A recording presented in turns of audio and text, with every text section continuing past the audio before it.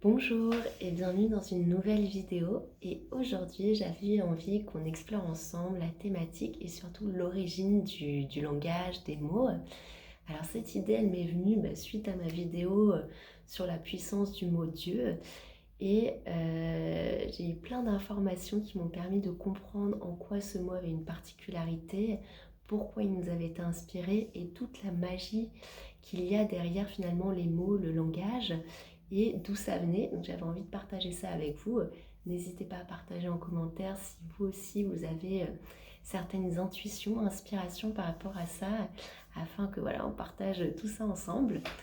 Alors la première chose qui m'est venue, déjà par exemple quand je parlais du mot Dieu, c'était pas simplement un mot qui permet donc de délimiter, de définir, parce qu'au final, dans notre monde, les mots c'est clairement ce qui permet de définir notre environnement afin de l'appréhender, de le comprendre d'un point de vue mental et aussi de se définir soi dans son environnement quelque part. Et sur notre planète, on peut l'observer, chaque pays a vraiment sa particularité de langue, de grammaire, de vocabulaire, parfois même de forme de lettres. Si par exemple je vais en Russie ou si je vais au Japon, j'aurais pas du tout le même alphabet qu'ici par exemple en Occident. Donc il y a vraiment déjà une particularité de la langue, des mots d'un pays à l'autre, parfois même d'une région à l'autre.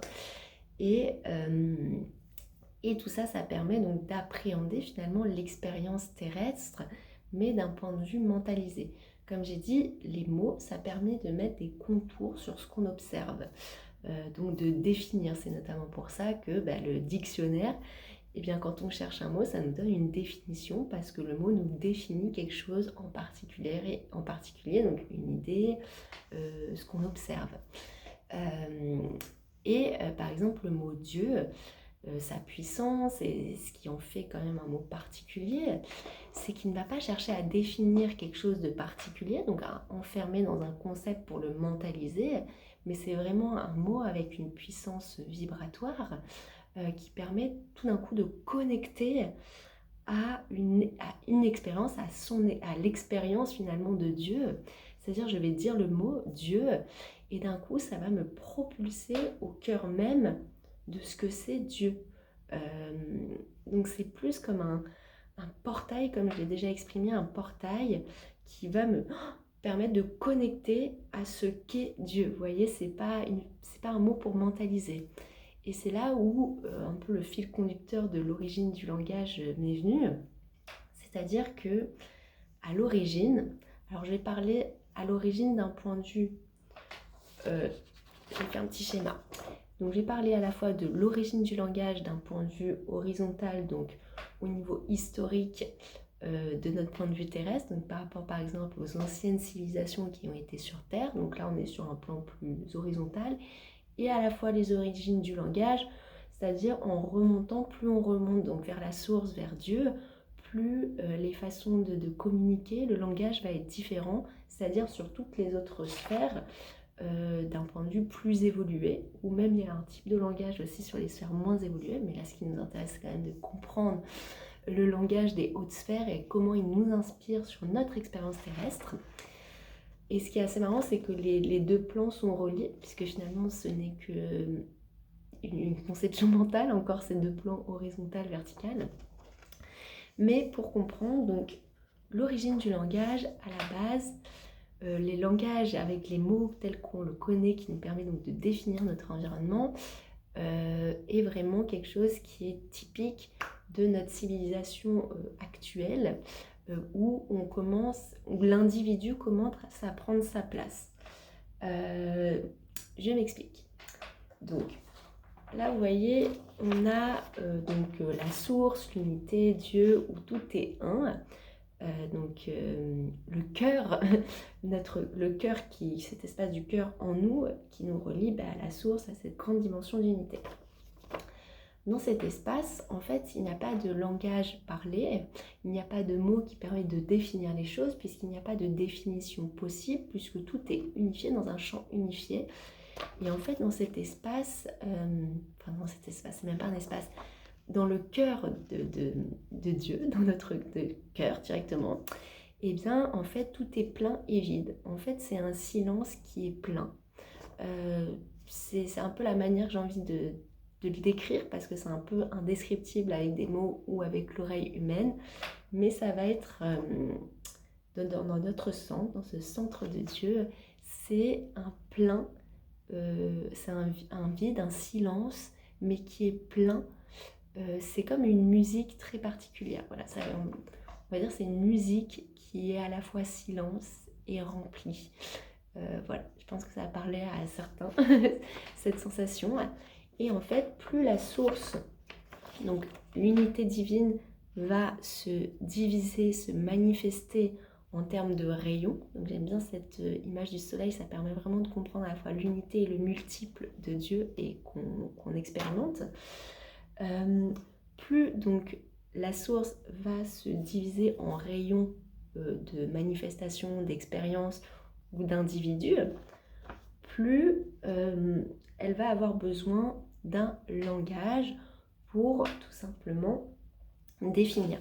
Parce que plus, donc là j'ai donné un exemple, là c'est la source, et là on va descendre de plus en plus dans la densité, dans l'expérience terrestre, donc dans un espace-temps avec une horizontalité, et plus on va du coup fractionner, diviser. Parce que plus on va rentrer dans la densité, plus chaque rayon va se manifester en quelque chose de bien précis, pour se définir dans quelque chose de bien précis, pour avoir une utilité bien précise, vous voyez.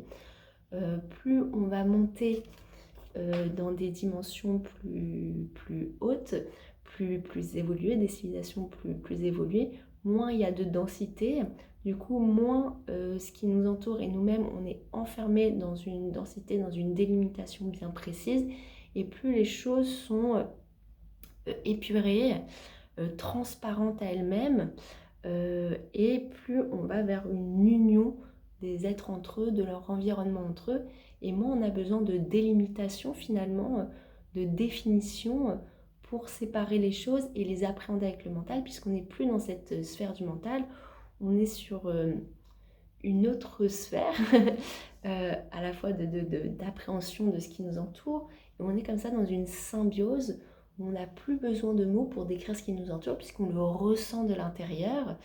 Et du coup, dans ces sphères-là, plus évoluées, on n'a plus un langage qui marche avec des mots, mais on est dans une communication musicale. Alors, une communication musicale, c'est-à-dire que chaque être, chaque, je sais pas, animal, plante, va émettre un son, va avoir sa propre musique. Alors il faut savoir que sur le plan terrestre, ça existe déjà, sauf que comme nos oreilles physiques prennent le dessus sur notre oreille subtile, et on n'a pas forcément accès à ces mélodies, mais ça existe déjà. Voilà, les arbres font de la musique, les objets ont un son vibratoire qui existe. Sauf que quand on va monter dans des sphères plus hautes, comme on va être davantage connecté à cette oreille subtile, et ça va plus s'entendre. Voilà, on va plus avoir l'oreille extérieure qui va être prise par les bruits du quotidien et le bruit des pensées surtout, ce qui va nous permettre de rentrer en connexion avec cette oreille intérieure, cette oreille subtile, pour entendre la mélodie que font les êtres entre eux. Et du coup, plus on avance dans ces plans supérieurs, moins il y a de division entre les êtres. Donc par exemple, il y a des sphères où tout est transparent, où les êtres sont transparents les uns aux autres, parce qu'en fait, il y a une transparence au niveau des pensées, de l'émotionnel, ce qui fait qu'il n'y a plus rien à cacher. Vous voyez, il n'y a plus d'opacité, il n'y a plus besoin d'avoir une forme d'opacité il y a juste, on est transparent, le personnage est devenu tellement transparent à lui-même que la lumière rayonne, qui a plus besoin de se définir avec des mots, avec une identité à travers un personnage, et du coup c'est juste une musique qui vibre en nous et à l'extérieur de nous.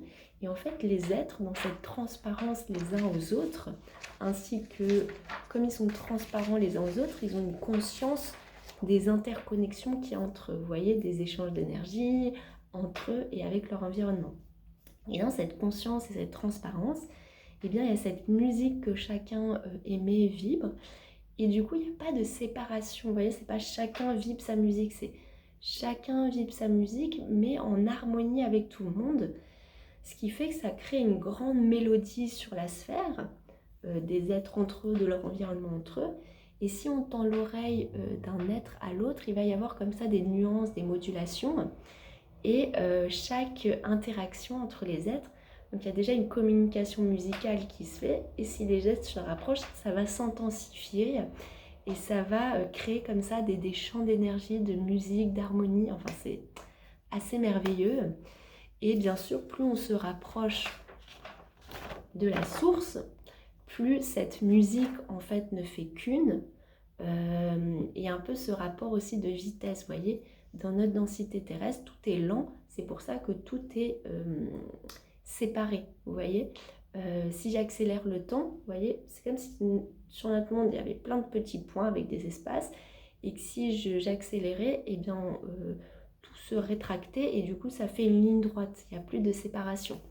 Et bien c'est pareil pour les mots. Dans notre planète, tous ces petits points-là qui ont des espaces, et les mots, c'est ce qui nous permet de... C'est l'espace entre les choses qui permettent de définir un point à l'autre.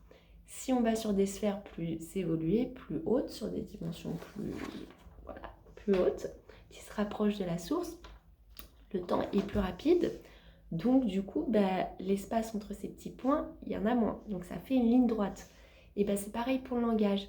Au lieu que le langage soit coupé de mots, et là, le langage est réuni sur une ligne droite. C'est ce que j'appelle la mélodie qu'on va retrouver dans ces sphères-là, où tout est imbriqué, et plus on se rapproche donc de Dieu, de la source, et plus c'est une seule et même mélodie, mais qui englobe toutes les mélodies. C'est ça qui est incroyable, et c'est ça qui, quand je dis c'est... On est au cœur de Dieu, c'est vraiment cette musique qui est à la fois un silence total, mais rempli d'une harmonie et d'une beauté incroyable. Donc c'est pas trop descriptible avec des mots ni avec notre oreille physique, mais c'est ce qui explique qu'en fait l'origine donc de notre langue sur Terre, c'est la musique. Et c'est pour ça que la musique a cette puissance de réunir les peuples, de réunir les gens entre eux, d'avoir cet espace cathartique, et c'est pour ça que chaque pays a vraiment sa musicalité, vous voyez. Donc, parce que sur notre planète, chaque pays, chaque continent a vraiment sa fréquence, un peu comme si chaque pays représentait un chakra. Donc il y a des pays qui vont être plus vraiment proches de la terre. Cet ancrage, on le voit par exemple à travers la musique africaine, il y a vraiment une rythmique de la terre qui vraiment c'est tellurique, et ça fait monter dans des sphères plus subtiles. Il y a vraiment cette... on va prendre l'énergie de la terre comme ça, on va la remonter sur quelque chose de plus subtil. Et c'est magnifique, et on le retrouve dans les résonances, les tambours, les tam-tams, tout ça. On va aller dans des pays qui vont être peut-être plus reliés, je sais pas, au chakra couronne. On va être sur des musiques beaucoup moins reliées avec une rythmique terre, et dans des sons beaucoup plus subtils, aériens. Voilà, donc à la base, chaque pays a vraiment ses instruments de musique, sa rythmique. Et en fait, ça permet, par exemple, un pays qui va être... ça va permettre de travailler sur ce que le pays exprime comme vibration, vous voyez, pour s'harmoniser à la fois à ces différents chakras. Parce que chaque pays, il a un chakra dans lequel il est vraiment une dynamique, dans laquelle il est vraiment plongé, on va dire. Et aussi, il a plein d'outils qui lui sont donnés à travers l'alimentation, la musique, pour harmoniser tout ça, harmoniser tous ces chakras, et nourrir sa connexion à la fois entre terre et ciel. Et c'est pour ça que d'un pays à l'autre, on n'a pas la même nourriture, on n'a pas la même langue, on n'a pas la même musique. Et c'est pour ça que c'est très riche finalement, cette spécificité culturelle d'un pays à l'autre, parce qu'elle permet d'harmoniser en fait, ça crée une harmonie collective. Et ça permet justement de toucher, de goûter à cette fameuse musique dont je parlais, qui s'harmonise d'un être à l'autre sur d'autres sphères. Là, d'un pays à l'autre, on s'harmonise comme ça. Bien sûr, aujourd'hui, comme il y a la mondialisation et tout, ça, c'est plus aussi, il n'y a plus de particularité, sauf si on va un peu quand on s'intéresse à l'histoire de chaque pays, on peut toucher cette particularité. Depuis, avec la mondialisation, forcément, il y a moins de spécificité, même si chaque pays garde un peu sa patte, tout ça. Mais vraiment sur la planète, l'origine de la langue, si on va dans des civilisations bien plus anciennes, on retrouve toujours la musique. La musique, il n'y avait pas autant de mots, il y avait vraiment la musique et les mots qu'on avait, c'était vraiment comme des portails, j'ai envie de magiques, mais c'est pas des portails magiques, c'est juste des portails vibratoires. C'est-à-dire qu'on n'avait pas un mot pour définir mentalement ce qui nous entourait. On, En fait, on était encore dans cette harmonie, cette conscience qu'on est interconnecté à tout l'écosystème dans lequel on est incarné. Et comme il y avait cette conscience qu'on fait partie d'un grand écosystème de l'amour et que chaque courant de vie qui s'incarne participe à cet écosystème, à l'harmonie de cet écosystème, en respectant les lois universelles qui maintiennent cet écosystème, qui permettent l'expérience de celui-ci. Et bien comme il y avait une conscience de ça, que tout était interconnecté, relié, et bien la musique avait vraiment, il y avait cette connexion à la musique, notamment pour ceux qui se sont intéressés aux grandes constructions, le son avait aussi son importance. Donc vous voyez, on était dans quelque chose de très subtil, les gens communiquaient avec cette musique par télépathie. Par exemple, j'en ai parlé sur les sphères plus évoluées. Comme les êtres sont transparents, le personnage est devenu transparent à la lumière qu'ils sont, et bien par exemple la télépathie est possible. Alors c'est pas une télépathie de pensée, c'est-à-dire on va pas lire les pensées de l'autre, mais en fait on va rentrer en connexion avec l'autre, donc la transparence de l'être permet de rentrer en connexion avec l'autre, avec la musique, parce que c'est plus une musicalité, on n'est plus dans des formes pensées. Et on rentre en connexion avec la musique et un dialogue a lieu. Mais c'est quelque chose de très énergétique finalement, de très subtil. Mais on n'a pas besoin de lire les pensées parce que nous, sur notre plan terrestre, comme on est encore dans des formes pensées, les mots, tout ça, la télépathie, pour nous, on a l'impression que c'est lire les pensées des autres. Alors que non, parce que c'est encore une fois une façon de rester dans le mental et de mentaliser ce que c'est la télépathie, alors que c'est plus devenir transparent, justement arrêter le moulin de pensée pour pouvoir connecter avec l'autre et rentrer dans un dialogue du cœur, de lumière à lumière, d'âme à âme, où il n'y a même plus besoin de mots parce qu'il y a un échange qui se fait dans ce que j'appelle notre musique, notre mélodie. Mais voilà, donc sur Terre aussi, il y avait cette forme de télépathie qui existait, donc où les gens étaient présents les uns aux autres. Il n'y avait pas d'opacité, de quelque chose à cacher, donc il y avait vraiment cette télépathie musicale. Et au fur et à mesure de notre histoire, les êtres se sont individualisés. Il y a une certaine opacité qui s'est créée dans ce que j'appelle l'individualisation. Donc voilà, de plus en plus on fragmente les choses, de plus en plus les gens vont créer des petits contre-courants qui vont créer des divisions. Et plus on divise les choses, plus on les fragmente, plus ce n'est pas aussi transparent dans ce que ça émane. Et du coup, comme il n'y a pas la transparence qui nous donne l'information de la lumière, de l'essence, de l'origine, le mental va créer des mots pour définir cet environnement, définir et pouvoir comprendre, appréhender l'information. Au tout départ, donc c'est les mots qui étaient donnés, inspirés à ces civilisations. Donc là, je reste dans ces civilisations où c'était encore très transparent entre les êtres, où il y avait cette communication télépathie musicale, j'aime bien. Et en fait, il y a des mots qui étaient donnés comme des sons vibratoires, vous voyez. Donc j'aime bien prendre l'exemple du mot Dieu. C'était un son vibratoire.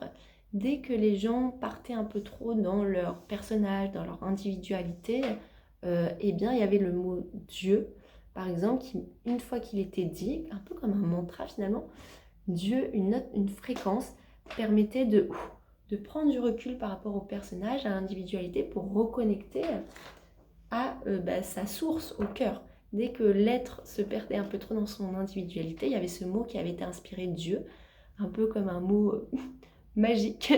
Mais c'est ça, c'est cette vibration. Alors bien sûr, à l'époque, c'était pas le mot Dieu tel qu'on le connaît aujourd'hui, parce que c'était une autre civilisation, un autre langage, d'autres mots, mais ça voulait dire la même chose, c'était une note de musique. Pour nous, c'est Dieu aujourd'hui, mais pour eux, c'était un autre mot, qui avait cette puissance de permettre de faire ce mouvement de recul entre l'individu pour revenir au cœur et revenir au centre de la création et revenir dans cette interconnexion des êtres entre eux. Donc vous voyez, les mots étaient donnés plus comme un outil pour connecter, mais à quelque chose qui est de l'ordre du ressenti et pas de quelque chose à mentaliser.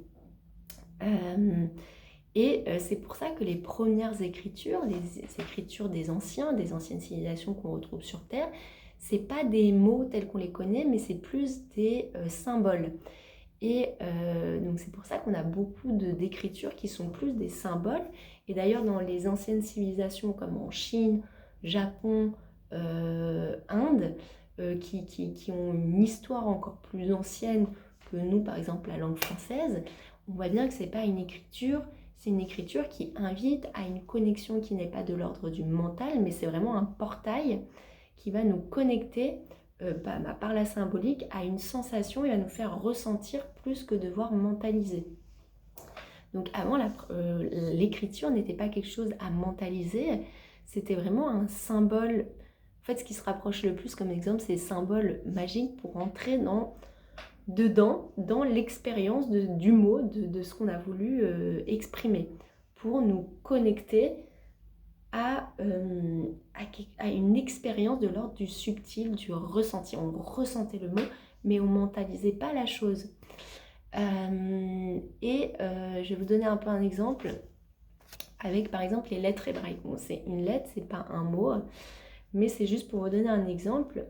En fait, donc on a un symbole, donc c'est plus que simplement une lettre qu'on va mentaliser, c'est vraiment un symbole. Et on a le nom de la lettre qui est Shin, si je le prononce bien. Et en fait, par exemple, là, on s'en fiche quelque part de ce que ça veut dire d'un point de vue mental. C'est pas du tout le but. Le but, c'est de rentrer en connexion avec le symbole. Et le symbole, ça va être vraiment comme un portail qui va nous plonger dans ce que vibre la lettre. Parce que la lettre, les mots, donc, sont des vibrations. Et prononcer le mot, ou là par exemple la lettre, ou voir qu'est-ce qui dessine d'un point de vue pictural, va nous rentrer dans la vibration. Pas pour qu'on l'appréhende encore une fois, qu'on puisse le comprendre avec le mental, pour mentaliser la chose et mieux segmenter les choses, mieux les diviser, mais au contraire, ça va être enlever les limitations que le mental va absolument créer pour rentrer, plonger dans la vibration du mot, de ce que ça évoque. Et c'est pour ça que ça a vraiment une puissance de connexion bien, à toutes ces dimensions-là qui sont plus intérieures, plus subtiles. Et le langage, donc les mots, c'était vraiment ce cadeau. Donc tous les mots qui sont fragmentés ici sur Terre, ils sont inspirés depuis la source, depuis des sphères bien plus élevées. C'est pour ça que j'ai dit que Dieu, c'était pas quelque chose qui était relié à une religion, mais ça a été inspiré par ces sphères-là pour accompagner, par exemple, les peuples à ne pas se laisser berner, emprisonner par leur personnage, leur identité, mais toujours avoir ce mot pour les accompagner, pour garder ce recul dans le cœur et pour vivre leur expérience terrestre, à la fois à travers le rayon qu'ils sont, le rayon de manifestation qu'on est, mais tout en gardant cette connexion et cette vision depuis le cœur, depuis le sang, donc depuis Dieu. Et c'est toute la magie des mots finalement, c'est d'avoir cette puissance de connexion, et ça je trouve qu'on le sent beaucoup à travers la poésie. Sauf qu'aujourd'hui, on a perdu en fait toute cette magie divine des mots et du langage, et aujourd'hui on est dans quelque chose de très mentalisé, et c'est pour ça que par exemple dans un pays comme la France, où on est très dans le mental, dans l'intellectuel, où on va avoir cette suprématie de l'intellectualisme, eh bien on a une langue française qui va être très complexe d'un point de vue vocabulaire, orthographe, grammaire, parce qu'elle a été tellement mentalisée qu'on s'intéresse tellement à la structure, à la forme, qu'on oublie complètement la magie du fond. Alors après, la langue française a quand même d'une beauté quand même incroyable parce qu'elle permet notamment tout ce qui est codage de langue des oiseaux, notamment en France. Voilà, bien sûr, ça se fait dans plein d'autres langues, mais il y a quand même une magie particulière pour la langue des oiseaux en français parce qu'on voit que justement, les alchimistes, les gens qui ont nourri ce langage, ils se sont amusés de la forme qui a été complexifiée pour redonner du fond, pour replonger dans le fond. Et justement, ce qui est dit à travers la langue des oiseaux, c'est ne vous fiez pas à la forme, à ce qui vous est dit d'un point de vue sur le premier plan que le mental peut comprendre, mais cherchez plus loin. Et c'est ça la magie de la langue des oiseaux et de la langue française finalement, c'est que pour ceux qui l'ont trop mentalisé, ils passent complètement à côté de ce langage des oiseaux et que les gens qui ont révélé cette langue, qui ont nourri cette langue des oiseaux, ils ont permis de dépasser cette vision mentale de la langue française pour aller dans la profondeur et reconnecter au portail d'informations qui sont compréhensibles, mais uniquement avec ce ressenti, cette dimension plus spirituelle, plus dans l'énergétique, dans la vibration. Et aujourd'hui, voilà, ce qu'on observe, c'est que le langage a perdu cette puissance, que quand on va parler d'amour, de Dieu, de plein de choses, les gens cherchent à mentaliser parce qu'ils ont appris uniquement la langue d'un point de vue très mental, alors que l'invitation, c'est de revenir juste à la puissance vibratoire des mots et à ces portails qui nous ont été inspirés, donnés pour garder cette connexion et ne pas justement la puissance des mots à la base, voilà, c'était vraiment ne pas chercher à que l'homme ne s'enferme pas dans son personnage, dans son identité, dans son individualité finalement qui se divise. Mais la magie des mots, c'était d'avoir cette prononciation un peu comme une note de musique. C'est pour ça que vous voyez bien que la musique, quand on écoute de la musique, ça nous connecte à quelque chose à l'intérieur qui n'est plus de l'ordre du palpable. C'est tout un voyage. Je m'en suis rendu compte, il n'y a pas longtemps, je suis allée voir un concert de musique mongole, un groupe que je connaissais déjà, Tangurton, voilà si vous voulez chercher. Et, pardon. Et c'était vraiment un voyage divin, quoi. C'est la première fois que j'entendais de la vraie musique. Et il y a vraiment, on est propulsé dans autre chose, dans quelque chose de plus grand. C'est comme si d'un coup on quittait notre petit corps, notre mental, notre individualité, et que on allait, on se grandissait dans quelque chose de bien plus vaste, dans des dimensions bien plus vastes.